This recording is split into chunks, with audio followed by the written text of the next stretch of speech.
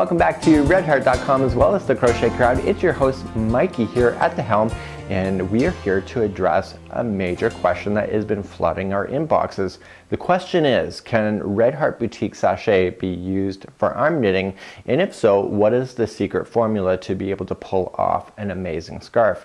So in today's tutorial, we are going to answer that question. And just minutes ago, I did a sample in order to prep for this tutorial. I have to tell you, here's a secret, and don't tell my friends over at Red Heart. They told me what the secret was to be able to pull one of these off, and I'm like, there's not enough yarn in these small balls in order to do it. And boy, was I wrong. You know, I should never question them in the first place. But you know, sometimes you're given advice and you're thinking to yourself, that cannot be done. And all of a sudden you have egg all over your face as you're doing it. So in today's tutorial, I'm going to demystify or take the mystery out of being able to arm knit with Red Heart Boutique Sashay. So roll up your sleeves and let's get started. So while I get started here, we do have other arm knitting videos that are slower and more comprehensive on being able to teach the concept. So if I'm going too fast for you today, we always have other videos. First of all, what you need to do is grab your Red Heart Sashay, slide the ball band off and put it somewhere else where the maid can find it later, and all of a sudden you've been awarded this. This is the Red Heart Boutique Sashay Metallics, and the metallic line is really quite fabulous for being able to be almost variegated in colors and is making a very shimmering kind of look. You can also just use the variegated, you can use the solids, as well as you can use the sequin that are available. So once you have your ball band off, you can drop it to the floor. My floor is clean, and we are going to get started right now. And I'm going to bring in the camera closer so that you can see how I'm getting started. And then once you understand the concept, you can have one of these in about 5 minutes. Okay, to begin today, we just have to do an arm's length of distance. And this is the beginning tail that you will need to start off your knitting. So we have to create the slip knot. So we're just going to use our wrists or our arms, and we're going to wrap around twice. And just let it float onto your hand, just like so. This is the back of your hand forward. So you're going to take the back one and move it up over the forward, but not over your hand. You're going to grab this other one that's now the new back one, pull it up, and then just using your fingers, grab the other one. Like so, and there is your slip knot. So let me show you again. So wrap it around your hand twice. The back of your hand, take it forward, but not all the way. Grab the new back one up, and then just using your fingers, grab the other one and pull up on it. And that is your slip knot to begin with. So now we have to slide this onto your wrist. So you just have to slide it onto your wrist and tighten things back up so that it, just like so.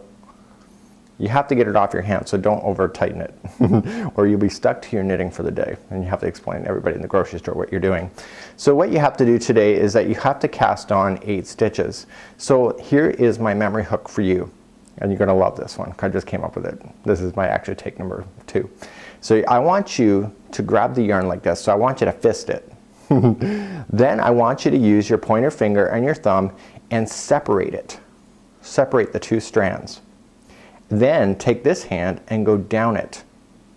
Okay? And now taking this hand over here, I want you to slide up it, up your wrist or up your palm. Okay? And then with this finger right here, and these fingers, I want you to grab that. So grab it. And then once you grab it, you're going to use your hand and wrist it. Isn't that a cool memory hook? So let me show you again. So here it is. And we want 8 of these, so we got 2 now.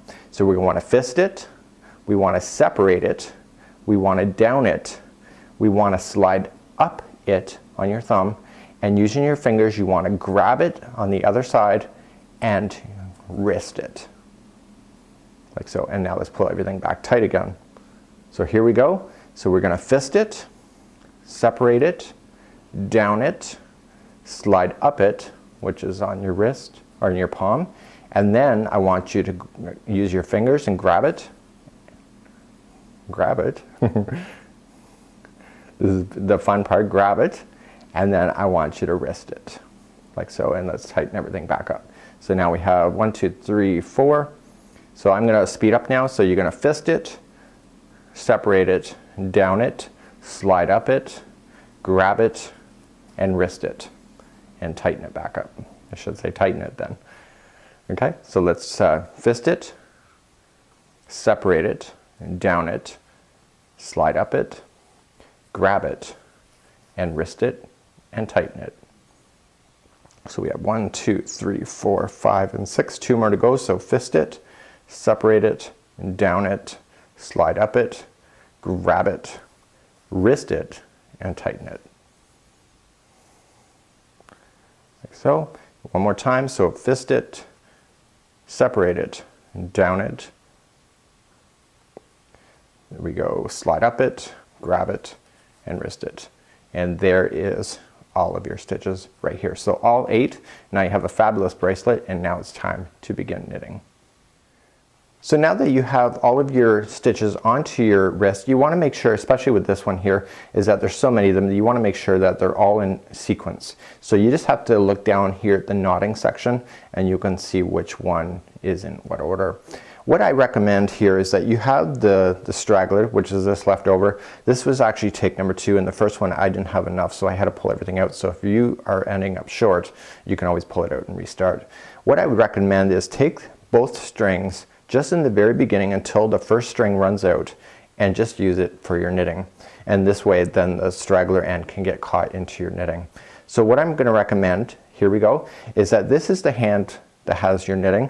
You want to put the strings into the same hand, and we're going to use this hand over here to begin the knitting process. So we're just going to immediately slide the very first one, just look what order that they're in, slide the first one, and slide it onto your wrist on the other side. So now you're handcuffed and ready for a good time. So now we have our yarn again, and we just slide it up and slide it over. So now I've already got the loose end already trapped in, so there's running out of loose end. So just in this hand, sliding up and over. And again. So we just have to continue to do this whole process, just working back and forth, knitting. So we're just holding it, sliding it, just like so. This was my slip knot, so there you go. So now we have everything on the other side. So now that we're on this side, we are going to use this hand to hold the yarn that's going to the yarn ball. So we hold it, we fist it like so, and we then slide your other hand in. So now you're handcuffed back to your project. So again, you're holding it, sliding it up and over. This process, once you get started, is almost addictive. It's really quite easy. This is like knitting aerobics. The wonderful thing about the sachet here is that the sachet, like in order to do arm knitting, you need the bulk. And when the bulk exists in the sachet, just like so, then you're pretty well, you know, off to the races for this project. So now, ready again. So we're just going to grab it and slide back over.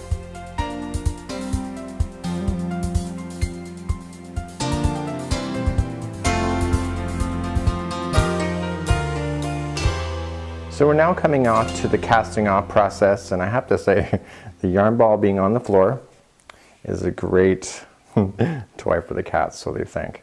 So I need to look down at my yarn ball as I'm coming to the end of this project to determine if I have enough yarn to be able to do the casting off process.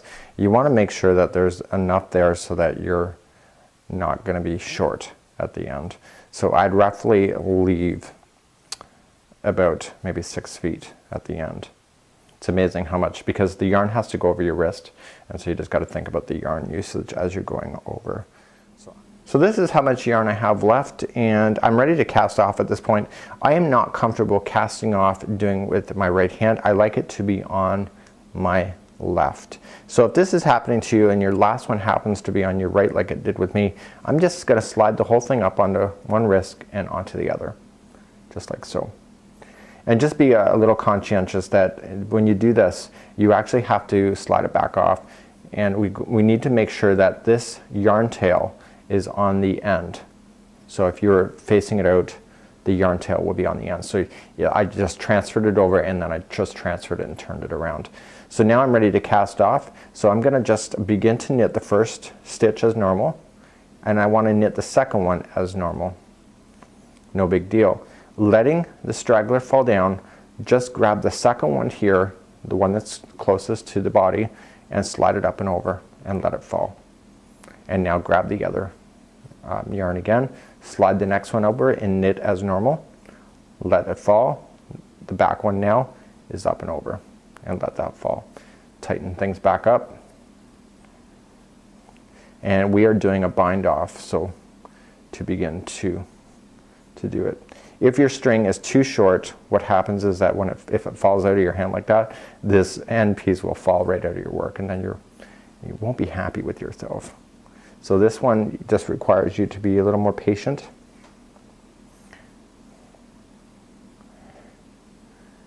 And to make sure that you have control of your yarn at all times. And I'm getting really close to the wire here. So I couldn't have planned that any better, because you don't want to waste your stuff. And then of course your last one, like so. And now this is your last one here. So you're going to want to tie this into a knot so that it does not come out on you. Like so. Like that. And what you're going to need to do then is take your scissors and cut this little length, and then all of a sudden you have an amazing scarf. So let's take GG's off here. So at this point, if you know of different ways to be able to tie up your scarves and wear your scarves, this is when the creativity really comes out. So you have the base product to work with. It looks amazing. This yarn looks absolutely fantastic, and it can come out incredibly beautiful. So this answers your question, and until next time, I'm Mikey on behalf of redheart.com as well as the Crochet Crowd. Stay tuned next time as we have more inspiration and free patterns to share with you.